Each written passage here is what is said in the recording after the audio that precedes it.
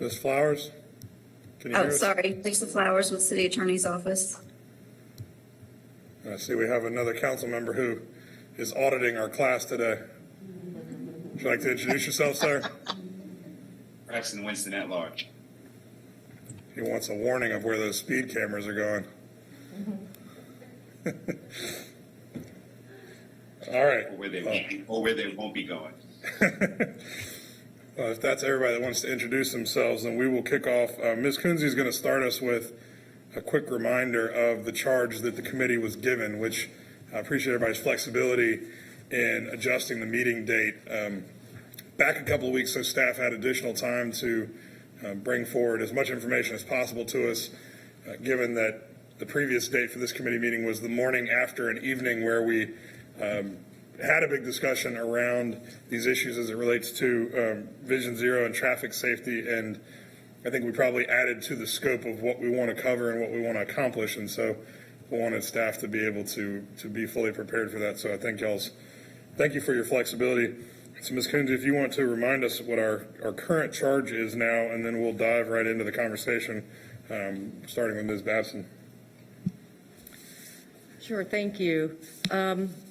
Today, we're going to talk about the Safe Communities Committee will receive information and discuss the city's approach to promoting and maintaining traffic safety and determine what emergent practices or technologies are available to further promote traffic safety.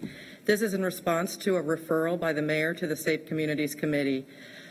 The background, part of building and maintaining safe communities includes implementing best practices to increase safety for multimodal travel on city streets.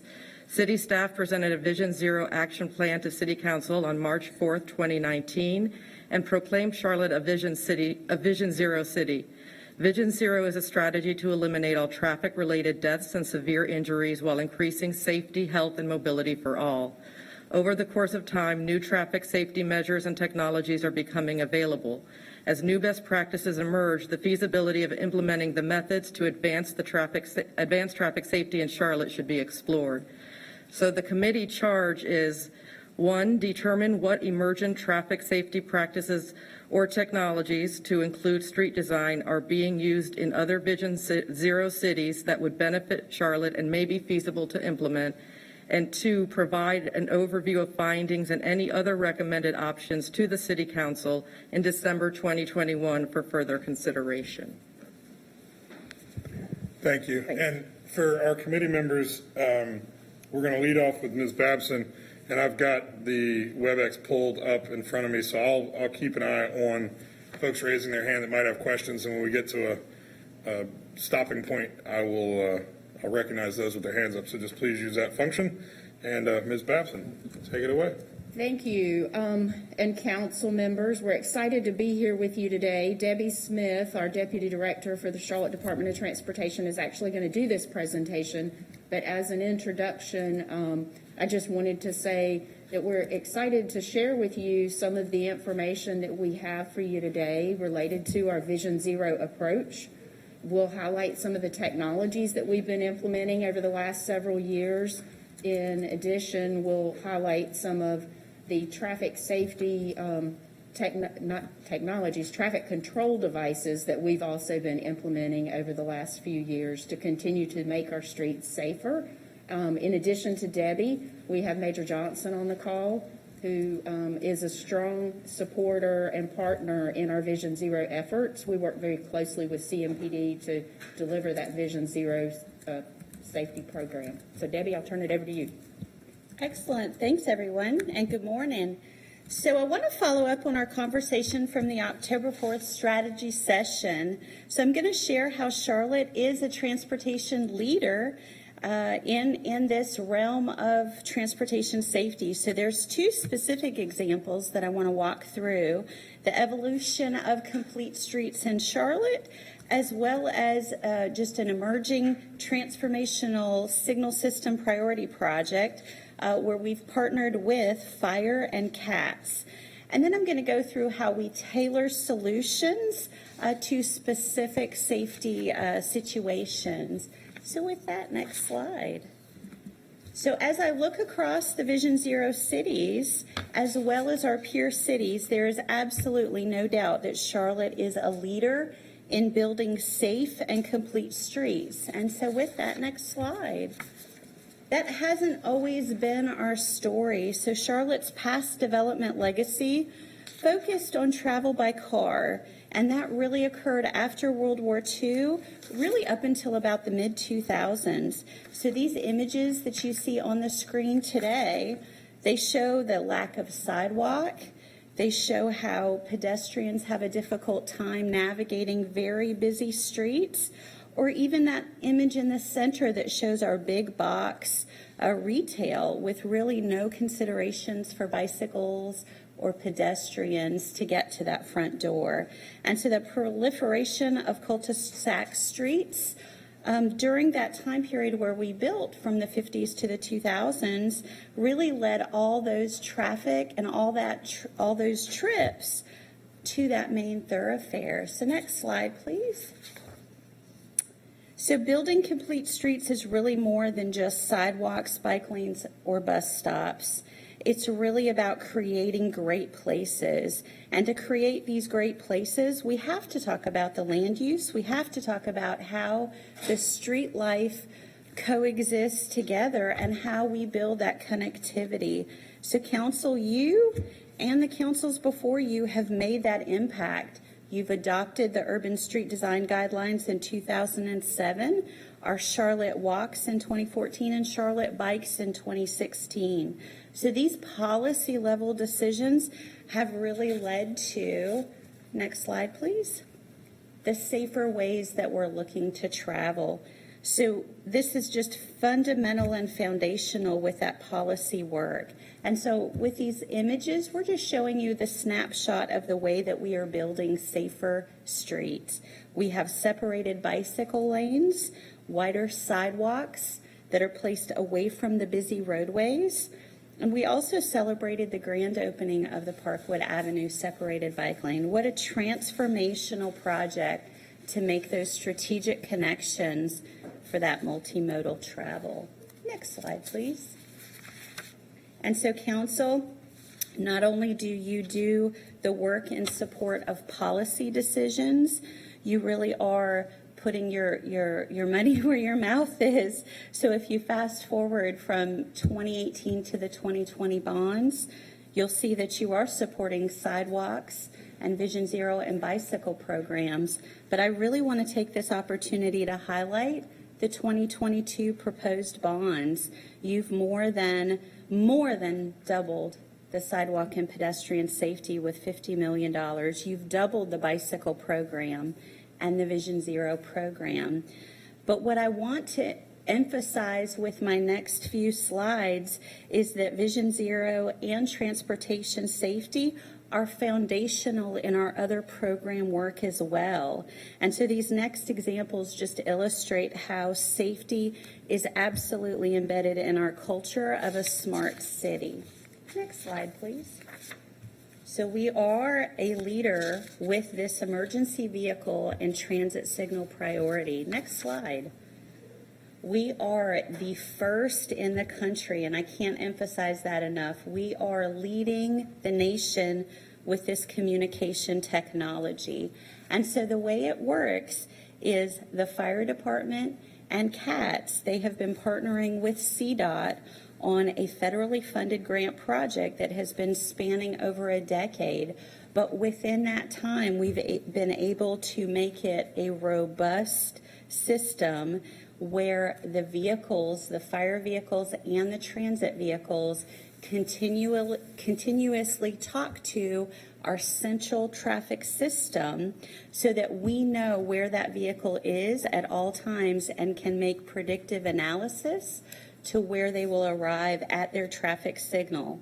So in the case of the fire vehicle, it actually changes the traffic light to green to allow that fire truck faster progression and actually move the vehicles out of the way to give smoother service to that fire truck. Now, let me just shift that a little bit with the CATS vehicles. So that's a little bit different. We don't want buses to be early. We are basing our system on a particular time of arrival. And so we work very closely with CATS, knowing where that bus is at all times. When that bus falls behind for any reason, then as it communicates to the traffic signal, we're able to get it back on time. So next slide, please. Excellent. So with that, there's no doubt that technology is saving lives. In our first rollout of this signal priority system, we rolled it out in the summer of 2018. And we did it slowly over those 6 months so that we could test and tweak and troubleshoot any issues with how that technology was working. But with the first full year of the priority system, Fire realized a whole 22 seconds of time saved. And that was, just outrageously exceeded our goal, which we would have been happy and measured success with just 3 to 5 seconds. And instead, we saw 22 seconds with that. Next slide, please. I really want to, give kudos.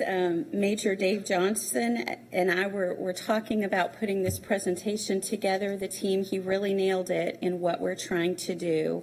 We tailor these solutions to the situation and the unique set of circumstances and that location. And so, yes, we have a toolbox of our treatments, but it is essential that we absolutely understand the problem and tailor that right solution. Next slide. So the pedestrian hybrid beacon is another leading technology that we have been using. We were the first in North Carolina to deploy a pedestrian hybrid beacon. And how it works, let me walk through that.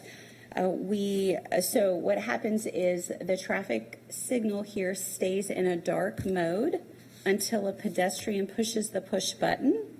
Then at that point, the signal begins to flash yellow. It goes to a solid state yellow and then a solid state red. And then at that point, the pedestrian is given the walk indication to safely cross the street. And so with that, we've deployed 34 locations citywide. And the next slide is going to be a safety analysis that we've done at one of our treatment locations. We've installed the pedestrian hybrid beacon on North Tryon Street, and this is one of our highest ridership areas. We have hundreds of pedestrians crossing from our transit stops to the Sugar Creek Library, so a critical location. And we looked at a before and after analysis where total crashes before we had 5, and in approximately the 3 years after its installation, we saw those total crashes go down. Since installation, we've had 0 pedestrian crashes. Next slide. Here's another location where we installed the pedestrian hybrid beacon based on a very large percentage of people crossing the street, as well as a very long distance without a signalized crossing. And so this roadway, Graham Street, is 4 lanes and no opportunity for pedestrians to cross safely for several hundred feet. So once again, we looked at total crashes, and as you can see, we're seeing an impact with this installation. Not only in pedestrian crashes, we've had none since installation. We're also seeing other crashes go down as well. Next slide. You've seen this slide before. We talked about the leading pedestrian interval at the strategy session. And just a quick reminder, we give a pedestrian a 3-second head start to enter the crosswalk and get themselves established as they're crossing the street before we give the green indication to the vehicles. And so we've deployed this at close to 250 locations citywide. Next slide. And when we looked at a before and after in our uptown setting, College Street and Trade Street, while we have seen total crashes stay relatively level. For us, the biggest impact has been in the pedestrian crashes. We've seen a decrease. We had 9 in the 3 years before, and it's going down. We've had 5 in the 3 years after. But one area that I just want to point out is in the angle-type crashes. We've actually seen an improvement in angle-type crashes. So that's where a vehicle is running through the light. We've seen fewer crashes happen, 4 in the 3 years prior and 1 in the years after installation. Next slide. So while I've shared some examples of those technology treatments, what I want to make sure that you know is that not all solutions are high in cost. In this solution, Reagan Drive and Tom Hunter, we implemented a relatively low-cost solution. We installed a multi-waste stop, and we put in the white stop bars on the pavement.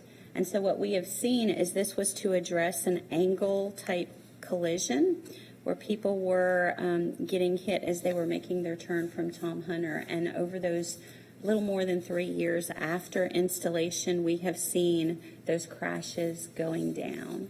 Next slide. I want to take some time and highlight one of the most exciting tools and the giant step that we are now taking with analysis. Next slide.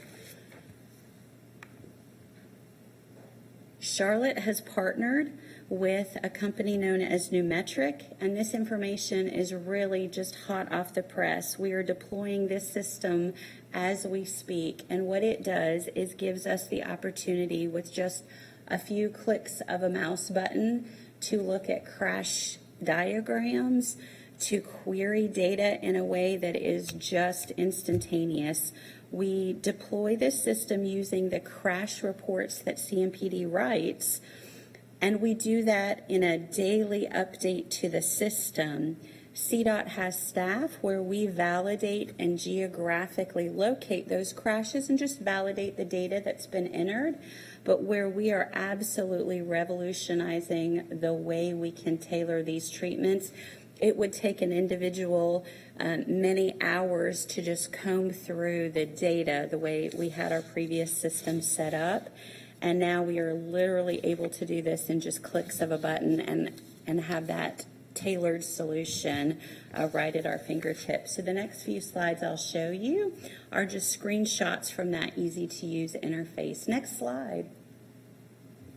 So this is just a graphic representation of we've entered a few inputs into the system, and it actually shows us pinpoints of where crashes are happening, and we can filter that data based on roadway type, based on pedestrians or bicycles or any of the crash types that we might be interested in looking at to tailor a solution. Next slide. From there, I'm showing just a quick example where we can do benefit cost analysis. So in this case, we took a segment of Eastway Drive and we looked at where a pedestrian hybrid beacon might be used to address crashes that are occurring on that segment and can quickly do a benefit cost to see the improvements that we might see with such an installation. Next slide.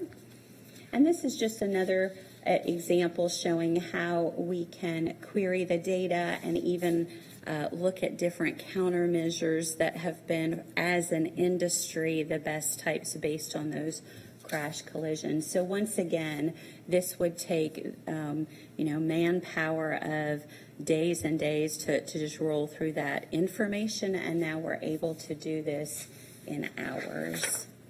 So next slide, please. So let's talk about what can Charlotte do and maybe what recommendations we would see. We want to continue on our great practice of building complete streets, and we absolutely want to target those solutions to our top safety priorities. But where I want to highlight is work that we can and really should be doing when we look across our Vision Zero and peer cities is to work on preparing those annual safety reports and really highlight those before and after studies that demonstrate what tools are working well for us And as I said earlier, we do want to continually evaluate those nation best practices. The pedestrian hybrid beacon is probably one great example where one area in Arizona was using that, and we saw it, we thought the results were outstanding, and then we brought that to Charlotte and now are a leader in North Carolina and the nation with that. So with that, I'd love to pause and take some questions.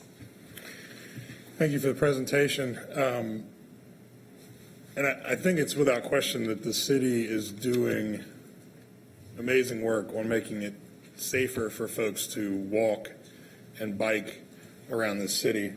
And I'm proud of all that we've done, proud of the things that we are leading on in the state and in the country.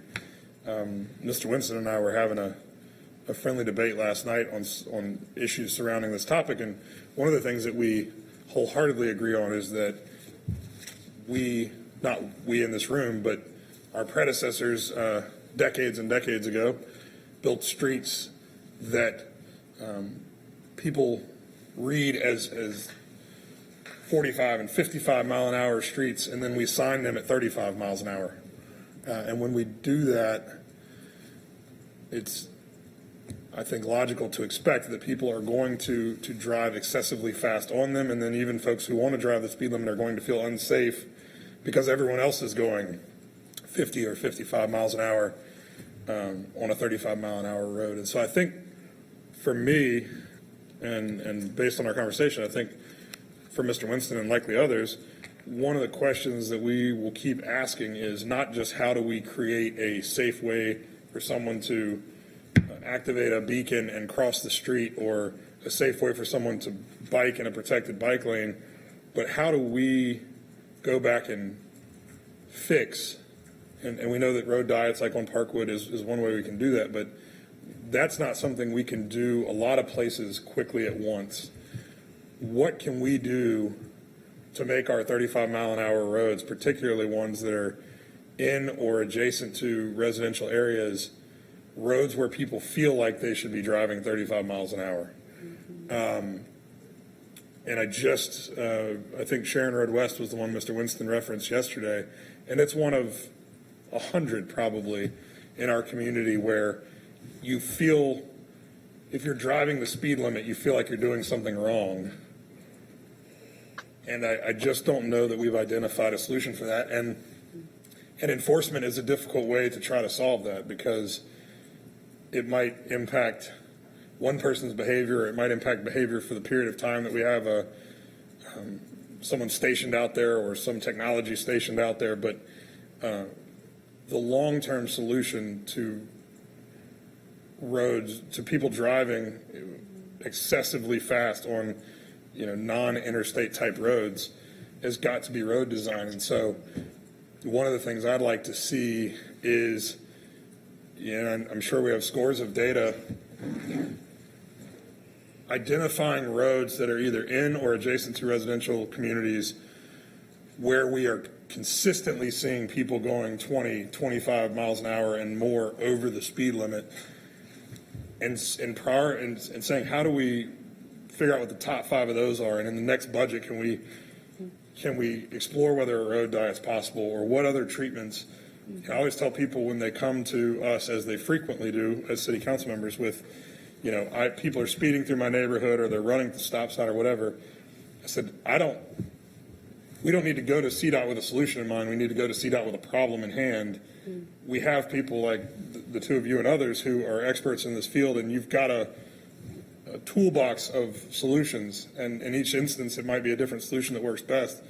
So I don't think any of us are coming to you with a solution in mind, but simply with a problem in mind, and I think that is one of the largest problems we have. And you can put a protected bike lane on Sharon Road West, but if people are going 60 miles an hour, people still aren't going to feel safe biking there. And we can have a planning strip on the sidewalk on a road like that, but if people are going 60 miles an hour, it's still not going to be safe to walk there, because one wrong move and they come off the road, and it doesn't matter that the planning strip is there, someone's going to be hurt or killed. So that's kind of my piece for now, is I really hope we can identify statistically these places where people are driving so recklessly, and then start to work towards solutions that that not only create buffers for people and bikes, but actually create better behavior from our drivers.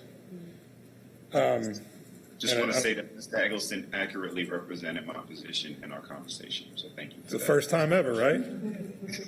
I'll just start speaking on your behalf from now on, Mr. Winston. We're going to have to talk about that offline. I believe, unless y'all, that was more of a comment than a question. So Ms. Ajmera, you're up next.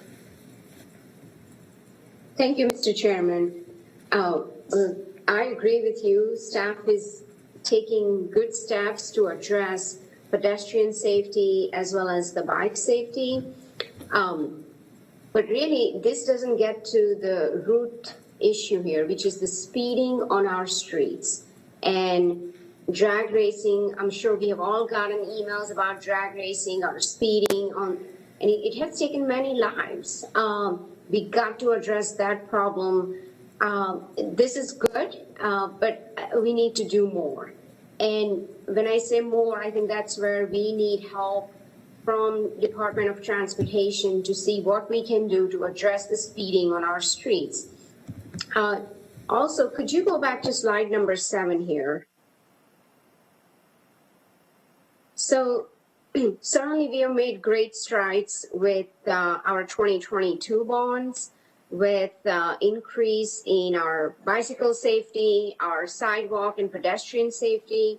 That's great. What I would like to see is currently how many requests do we have and how many actually does this really fulfill? I know we have a huge backlog. And I'm just going to highlight this Vision Zero line item here. That's $4 million. And I know I talked to someone in Department of Transportation about the street lights. And I was told to install one street light with this gigantic poles, it cost $1 million or so just for one street light. So I don't know with 4 million how many we are going to get, maybe 3 or 4. But we got to look at, this is good, but we got to look at how far do we need to really go to address the pedestrian safety.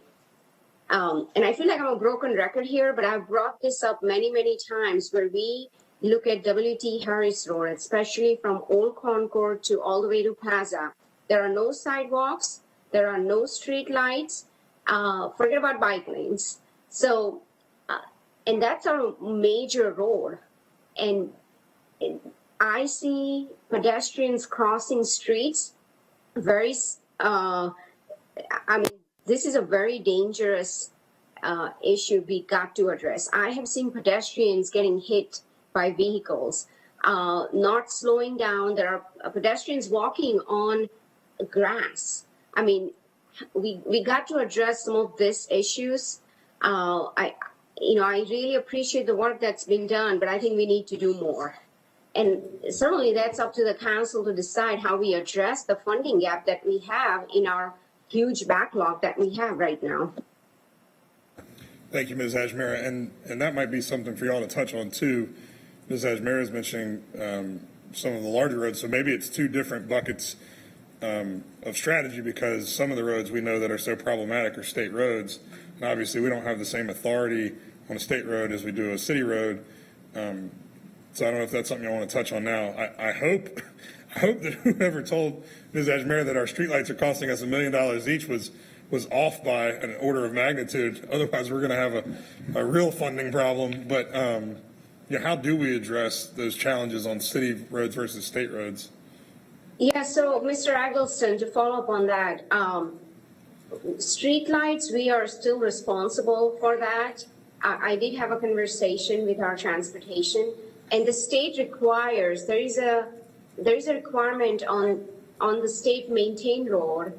We have to have certain poles when it comes to street lights, and that costs more. I'm sure someone from CDOT can speak to that.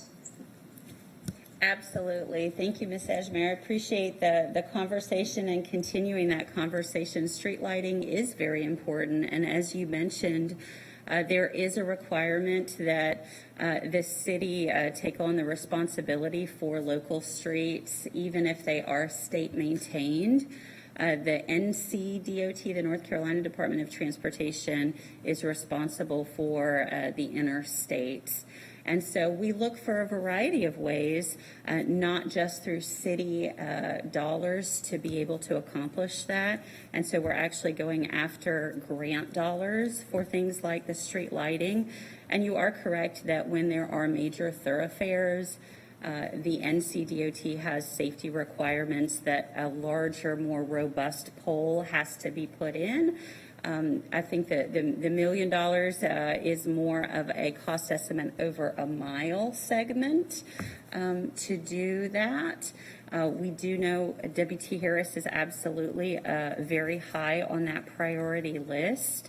And so we are pursuing grant opportunities, and we hope to come back to you very soon to talk about how successful we are in competing for some additional funding. Thank you. Ms. Follow up Ellsberg, on- did you have Yeah. something else before we go with Ms. Johnson? Yeah, I wanted to follow up on the response here. So when we're talking about the grant, I mean, what's the amount we are looking at?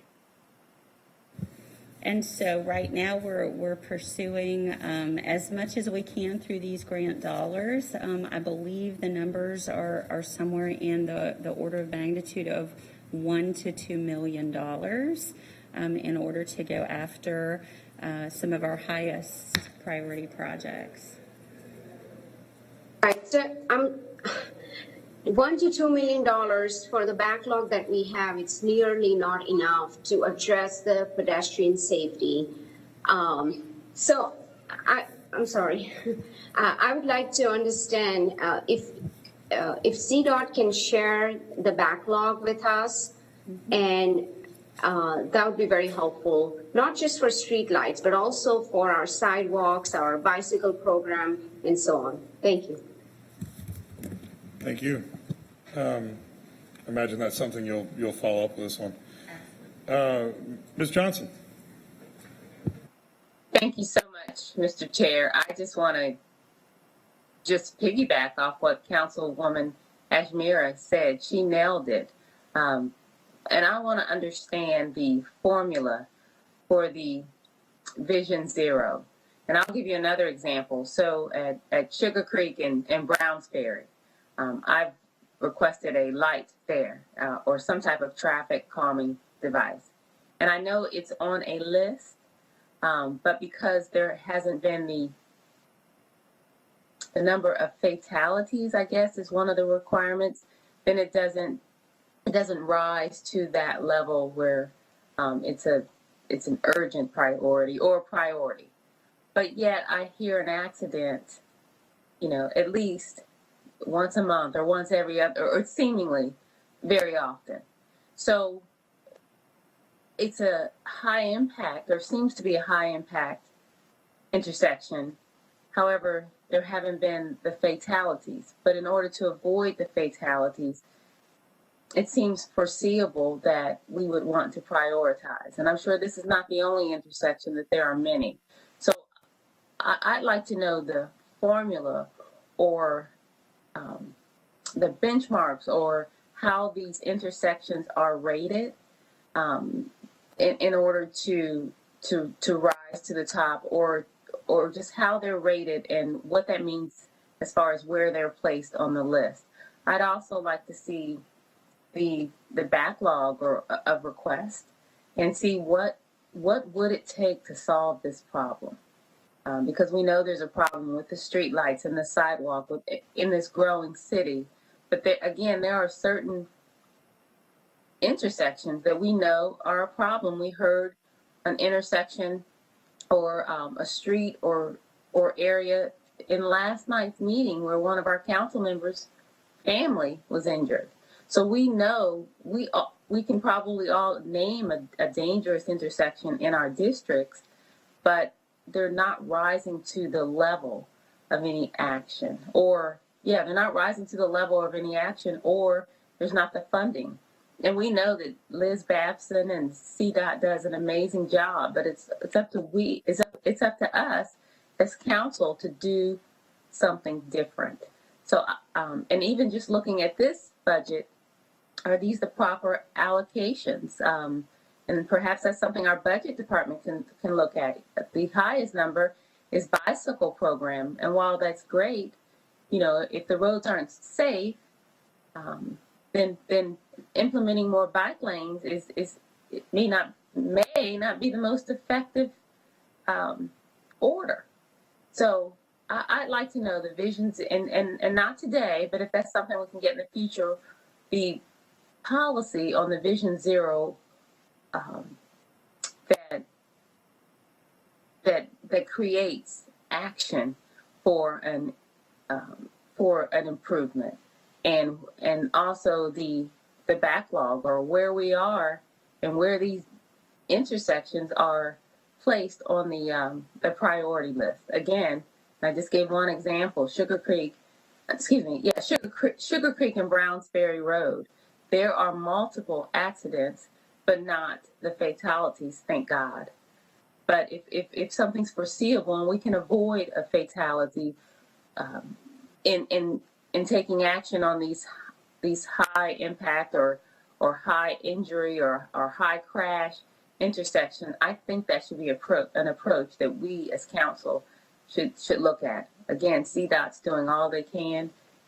The ball is in our court now. Thank you. Thank you, Ms. Johnson. And I know that's something else staff can get back to us with. One of the things I think that is an impact multiplier for the money that we're putting into these sorts of efforts is that as we look at this budget, as you said, besides sidewalk and pedestrian safety, bicycle is up towards the top there. But so many of these projects, and we need to, and I think we are, but we need to continue to prioritize projects that check multiple boxes here. And so the Parkwood protected bike lane was just mentioned. That might have come out of a bucket of dollars specifically for the bicycle program. But also by doing that, we've created additional pedestrian safety because we've moved the cars further away from the people at the sidewalk. It helps us achieve our Vision Zero goals because that road diet project, while maybe considered a bicycle program project, does slow vehicles down. It does put vehicles further from pedestrians, and it creates safety for cyclists. So, you know, we need to, whenever possible, find projects like that are actually making it safer for all three of those modes of transportation: walking, biking, or driving.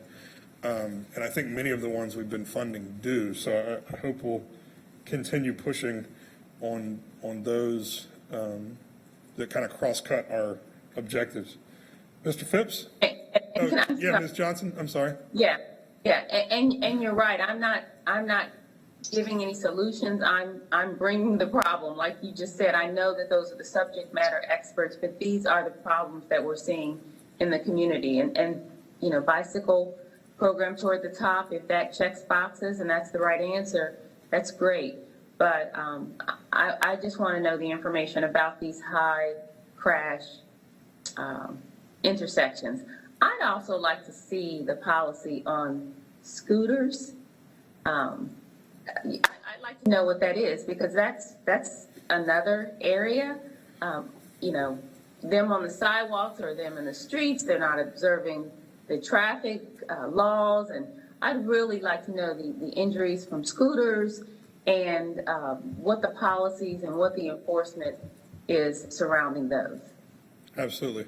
Be glad that you missed last term when we spent like an entire 2 months talking about nothing but scooters. Because when those things rolled out, it was a mass hysteria both in and outside of the government center, and that was quite an undertaking. So we have, I'm sure, probably more data than you'll want on scooters, and we'll ask that be provided. And now we should have data over a longer period of time too. But yeah, that feels like a million years ago, doesn't it? Thank you. Thank you, Ms. Johnson. Mr. Phipps. Thank you, Mr. Chair. I wouldn't want this meeting to end without me offering some pushback on your commentary that I find that defies logic, that streets and roads make you drive fast. I mean, they put a speed limit up there for a reason, because transportation officials have determined that if you drive at this speed, you will be safe. If you exceed that speed, then what you're doing, you are letting your behavior influence your driving patterns. So to say that streets are built to make a person drive fast, to me, it just defies logic.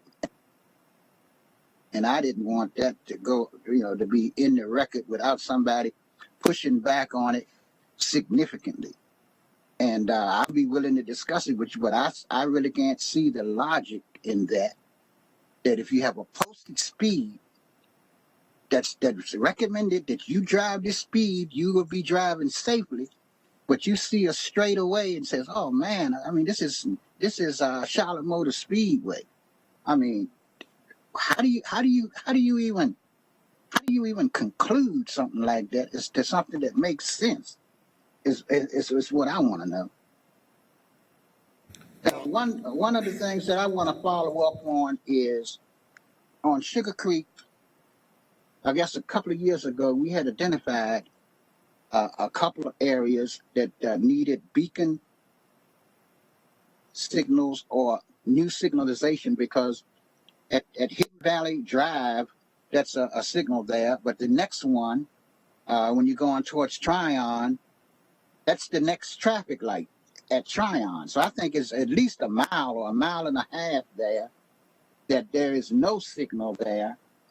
And we've already had pedestrian fatalities on that street to justify some action being taken. I think NCDOT did reduce the speed limit from a whopping 45 miles an hour to 40 miles an hour, because that's all they would go, 5 mile an hour reduction. So I know some of the developers that's developing along Sugar Creek. I know one of the apartment developers have installed a beacon signal, and I thought it was another one scheduled to be installed further down Sugar Creek, or some sort of signalization there. But I would like to get a follow-up on that if I could.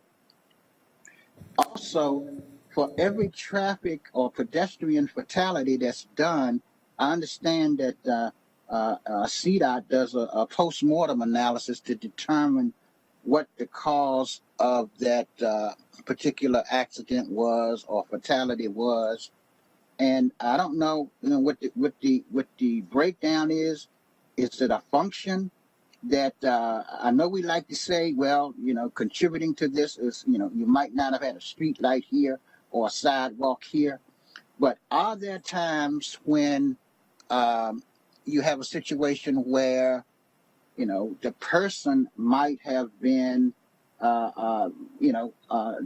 undertaking activities that might have contributed to those types of accidents? Do we have any kind of breakdown of that to determine if this, if the fatality was driven by some lack of physical infrastructure by the city, or was any other contributing factor by some activities that were undertaken by pedestrians or vehicles or whatever? Councilmember Phipps, that is a great question, and thank you for giving us the prompt there. We have started to investigate pedestrian fatalities, pedestrian serious injuries, and to look at what are the underlying causes or underlying contributing circumstances. We have done that for a number of years with our team. Now, not to confuse that, CMPD is absolutely leading the effort with that fatality reconstruction. And so this effort that CDOT performs is more of an evaluation. Where was there proper signage? What were the conditions that led to? And I'll tell you that really is foundational in our Vision Zero philosophy. And so this idea that crashes may happen, they should not be fatal if someone makes a poor decision in that moment. And so we do look at each one. Each one is individual. And yes, we have numbers on locations as to what may have contributed to a particular fatal crash. So yes, we do look at that individually. So in that analysis, do you find then that most of the crashes that result in fatalities or serious injury is a result of weaknesses in our infrastructure in some way? So the way I might answer that question is, as we look at crashes, and this is true for the industry, 95% of our crashes involve human error. And so it is not a function necessarily of the design itself or the situation, but 95% of all crashes happen due to human error. Okay. And my final comment as it involves the budget is, I really don't think that I don't know, while it would be good to have a street light, everywhere we wanted it, or even sidewalks everywhere we wanted it. I don't know how long it would take us to build our way to that type of infrastructure, I mean, you would be surprised, even on some of these rural streets out here, you tell somebody, oh, we're going to put in some street lights, they start complaining because they don't want the light pollution. So, it's a tug of war out here on a lot of things. Things are not as simple as it seems when you try to, one person might want street lights out here, another person doesn't.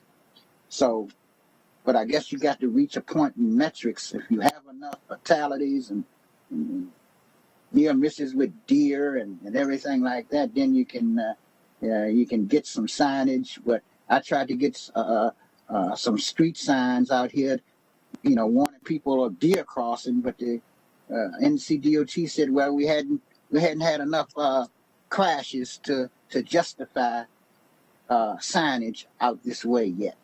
So is that what it's going to take? I mean, we gotta hit some deer or have some injuries, and then maybe we can get a sign or something. I mean, it's frustrating, Thank you. Thank you, Mr. Phipps.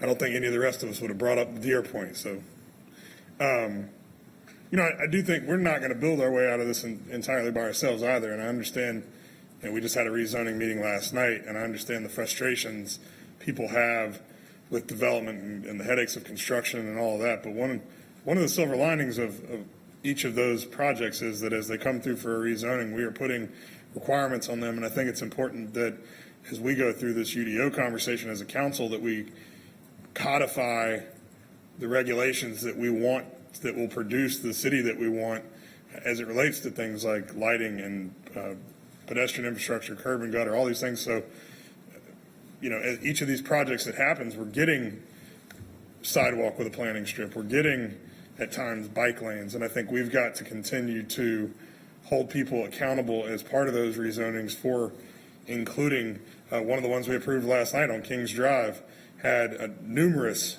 changes that were made to address pedestrian safety and connectivity in that part of Midtown. So we've got to continue to work with the private sector too, because they'll ultimately be the ones building as much of this as we will. To your point, and I've got Mr. Winston next, and then Ms. Ajmera following him with an additional comment.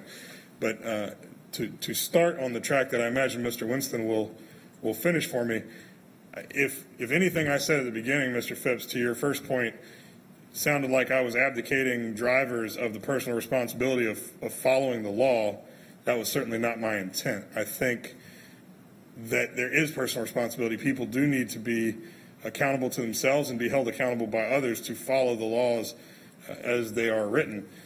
That said, I think if someone were to get on Interstate 77 and see a 25-mile-an-hour speed limit, it doesn't add up. And I think we build roads that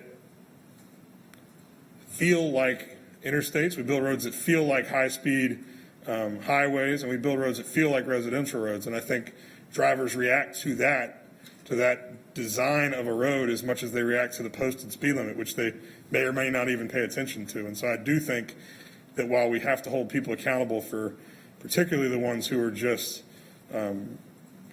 carelessly ignoring the law and other people's safety, I think we also have to build roads that tell people that they should be driving slower than we find them to be. So it is both and as far as I'm concerned. And Mr. Winston's up next, and I imagine he'll put a finer point on that for me. Well, one of my points was yes, to respond to Mr. Phipps, that it is a fact of the matter that roads are designed for, to accommodate certain speeds, and we can and have gone back and changed those regulations to say what we want the behavior to be. But again, as CDOT led off the kind of conversation over the past 50 to 75 years, there's been very intentional designing of infrastructure to accommodate things, and we have a different desire now. We're trying to change a different culture, but that hard infrastructure that was designed for a purpose certainly exists. And I would say that we acknowledge that in policy, but again, as we was mentioned by CDOT when we adopted our new kind of streetscape maps, complete streets maps, that acknowledged that we needed a change of paradigm to create streets that have a different outcome and are intended for different speeds and different types of mobility. So while, as Mr. Eggleston said, obviously, in everything, there's definitely a need, an aspect of personal responsibility and everything. We can't deny the factual matter of the situation that we are in. And again, the fact of the matter is, we have built streets over a large geography of the 300 or so square miles of our city that are built to optimize the metal boxes that move very fast. And that's just a fact of the matter of the design. And that's not just here in Charlotte. That's in a lot of what was once considered best practices. And we are looking at different best practices now.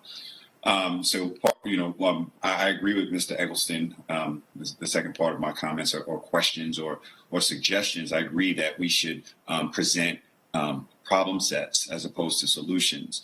But I think we should also take the opportunity maybe to suggest approaches. So I think one of the problems is that one of the things that we haven't talked about, but I know we have mentioned in different conversations throughout my time on council, is we are becoming, are intentionally becoming a logistics city, a city that relies on in industrial economic development of moving things, whether that be through our intermodal ports, our airport, or and other kind of hubs for companies like Amazon and other manufacturers like Arrival and their cars and things like their trucks and things like that. But over the years, we've talked about how our roads are not necessarily optimized for logistics travel, i.e. a lack of streetlights, lack of clear markings on thoroughfares that logistics have to travel up and down. We're also dealing with the kind of encroachment of industrial areas on residential areas. And part of what we're hearing from our residents, I know particularly in some neighborhoods on the west side, is the interaction of those logistics and industrial trucks next to those residential areas. And a big part of it, what I'm hearing is that and I hope what we're hearing is that the physical infrastructure is not optimized for either that industrial traffic or that industrial traffic that interacts with residential areas. So I am presenting a problem set, right? And I would like to present perhaps there's a way that we look at this from an economic development perspective, as well as a neighborhood building perspective. Is there some type of investment that or budgetary kind of a strategy that we can take that says, hey, we want to be, we are intentionally want to become this type of city. We have this problem. Let's look at let's have an approach that looks at it through this economic development, safe communities, transportation, and planning lens to put some more resources behind the type of infrastructure investments that are needed to optimize all of those things at the same time. Mr. Winston, would you like a quick reaction to that now, or more of a follow-up later, or a little bit of both? A little bit of both. There's a quick reaction. I'd love to hear that. Obviously, we're presenting what I would present, and it would be something that would have to be long-term and would need to be dug into a little more if colleagues agree that that's a good way to go about it. But I'd love a quick reaction to that. Yes, Councilmember Winston, so just a quick reaction to what you're describing. And again, love the idea. This conversation is very helpful because it further helps us connect the dots in the work that we're doing. And, you know, you're all familiar with the policy work that's underway through the comprehensive plan and now the policy map and the streets map that's available. And, you know, go back to what Debbie mentioned a little bit earlier with our urban street design guidelines. So we do have design guidelines for street cross sections that vary based on the function and purpose of that street.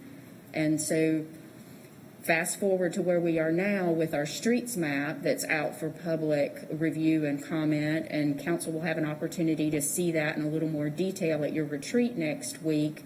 I do believe that we are starting to build a city with a transportation network that recognizes the need to have different street cross sections depending on the function and purpose of those streets in the city. So that's just a quick reaction, but you're absolutely right. It's a complicated system, and there's more work that needs to be done.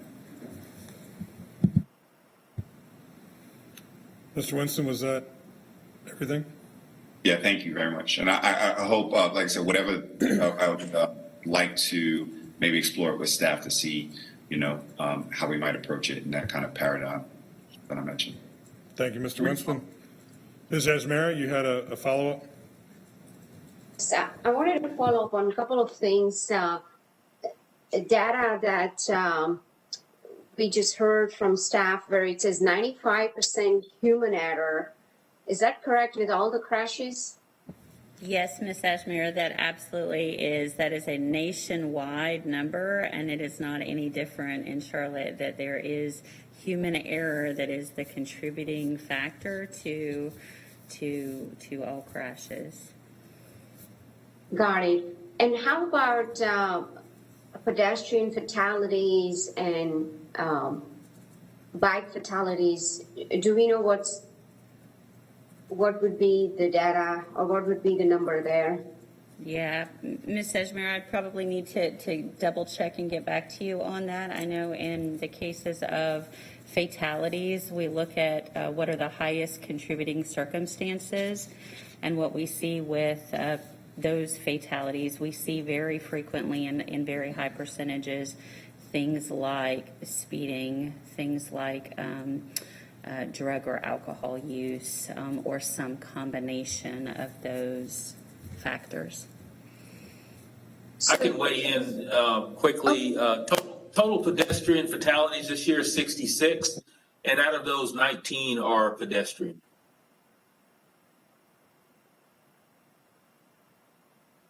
So 66 are total, that's pedestrian, you said, or 19 are pedestrian? Yes, ma'am. 19 of the 66 are pedestrian fatalities. Got it. Okay, now the rest are biker? That would include, yeah. The pedestrians include bicycles. Bicycles are counted as pedestrian collisions. So what's the remaining what's the remaining? If we take out 19 for pedestrian and bikers, what's, Strictly vehicle, could be vehicle collisions, or single car collisions as well. got it. So, so while we focus on the 5%, right, where obviously we got to do more in terms of street lights, sidewalks. I agree with Mr. Phipps that how are we going to get to building sidewalks and putting street lights in everywhere that's missing, right? I guess we got to prioritize. And I know that there is a priority list there based on major thoroughfares, like the one I was talking about, or the one Councilmember Johnson was talking about, where we see fatalities, where we have seen crashes because of the lack of street lights and sidewalks. So we got to figure out a balance here, especially when we are looking at major thoroughfares that pedestrians are using to get to the light rail station, or they're using sidewalks to get to their work, or so on. We got to prioritize that. So when I know that staff is going to get back to us with the backlog. What I would like to see is in that backlog, in terms of where does it stand in terms of the priority that Councilmember Johnson was referring to, right? Does it, the sidewalk that is missing or the street lights that are missing, is it close to major thoroughfares, right? Things like that. That's what I'm looking for. So, but while we talk about fixing this 5%, let's not forget that 95% of these crashes are a result of the human error. So we got to address the speeding on our streets. And that's where I would like to hear from our staff, what are the measures, what are the tools that we can put in place to address that? Certainly we cannot enforce out of this problem. And I know that Chairman Mr. Eggleston had mentioned that in the beginning, but there's got to be some balance here. I read the report that Steve Harrison had put together with NPR, and where it shows how fatalities or speeding, and there's a direct correlation between the enforcement and the number of crashes. I will share that with the committee, but I think we got to look at data like that as to there's got to be some if there is a correlation, what are the tools and what are the measures that we can take to address the 95% of the problem that we have here? Thank you. Thank you, Ms. Ashmira. Did y'all have anything you wanted to add before? I believe Ms. Johnson has another point as well. Ms. Johnson?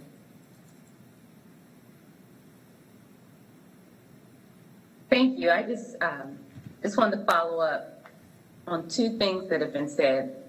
You mentioned earlier the developer's role in solving this problem. Another area that we as council can really take a look at is the traffic information study. What is that policy? You know, we know that the policy of development has to meet the benchmark of 2,500 trips before a TIS is required. But we're not looking at the cumulative effect. So you could have one developer who has 2,499 trips and one that has 1 trip, and we're not combining those. So we as council, there are so many things that we could do in really assisting CDOT and moving these policies forward. So I'd really like to take a look at the traffic improvement study. If we could look at that from a cumulative impact effect, or look at lowering the numbers before we require our developers to contribute to the problems of our city. Secondly, Councilmember Ashmira talked about the drag racing. We know that that is still a problem, and and CMPD did an amazing job with that bus, with the seizures of cars. So if we could keep working on that with that level of intentionality, or I don't know what the chief and the force is working on, but we need to keep that at the top of our list. It is still a problem. I still get emails from residents in District 4, and I'm sure we all do. So that's an area that I would like to continue to discuss as well. Thank you. Thank you, Ms. Johnson. Just real quick, Ms. Johnson, in response to your comments about the traffic impact study, you're absolutely right. And so there's good news coming, and we'll talk a little bit more with you next week in your retreat. But the draft Unified Development Ordinance is now out for comment, and later this month, we will have a companion document with that that's called a Comprehensive Transportation Review, and it is looking at exactly what you just described, and it's really trying to give us a bigger toolbox to use as development occurs in the city so that we can really be intentional about improving our transportation network. Thank you. I can't really see, but I think that sounds like Liz. Is that? Yes, Liz, it was. Yeah, thank you. Great work as always. Thank you, Liz. So we have asked staff to bring us back a lot of information for the next chapter of this conversation. So I won't attempt to do it as we sit here right now, but what I will ask is that staff follow up with each of you. If you guys are amenable to this idea, our next scheduled meeting, as you can see on the agenda, is November 2nd, which is 2 weeks from today. Also, not for nothing, it's not in the city of Charlotte, but it is election day for many in our community. And I don't want to in any way distract from that either. What I think might be in order would be a 1 or 2 week delay of our scheduled meeting on November 2nd to avoid other communities around us who I know oftentimes are engaged in the work we're doing here, their election day, but also to give staff an additional week or two to pull together all the things we've asked them to pull together for us to consider. So if staff can follow up with each member of the committee and check on folks' availability on either Tuesday, November 9th or Tuesday, November 16th, I think we'll be able to have a more complete conversation with a little more time for y'all to do all of the legwork that's been asked of you today. Is there any objection to that potential 1 or 2 week delay? And we'll follow up with each of you to determine which one is best for the most people. Everybody seems cool with that? All right. Was there anything that anybody else wanted to add to the conversation today before we wrap? I don't see any hands or head shaking, so I'll entertain a motion to close, and I appreciate everything for CDOT, CMPD, and all of you, because, again, I think this is something everyone in our community agrees is and should be a top priority, and it's not going to be an easy fix, but it's one we've got to keep chipping away at. So thank you for everybody for the work on it.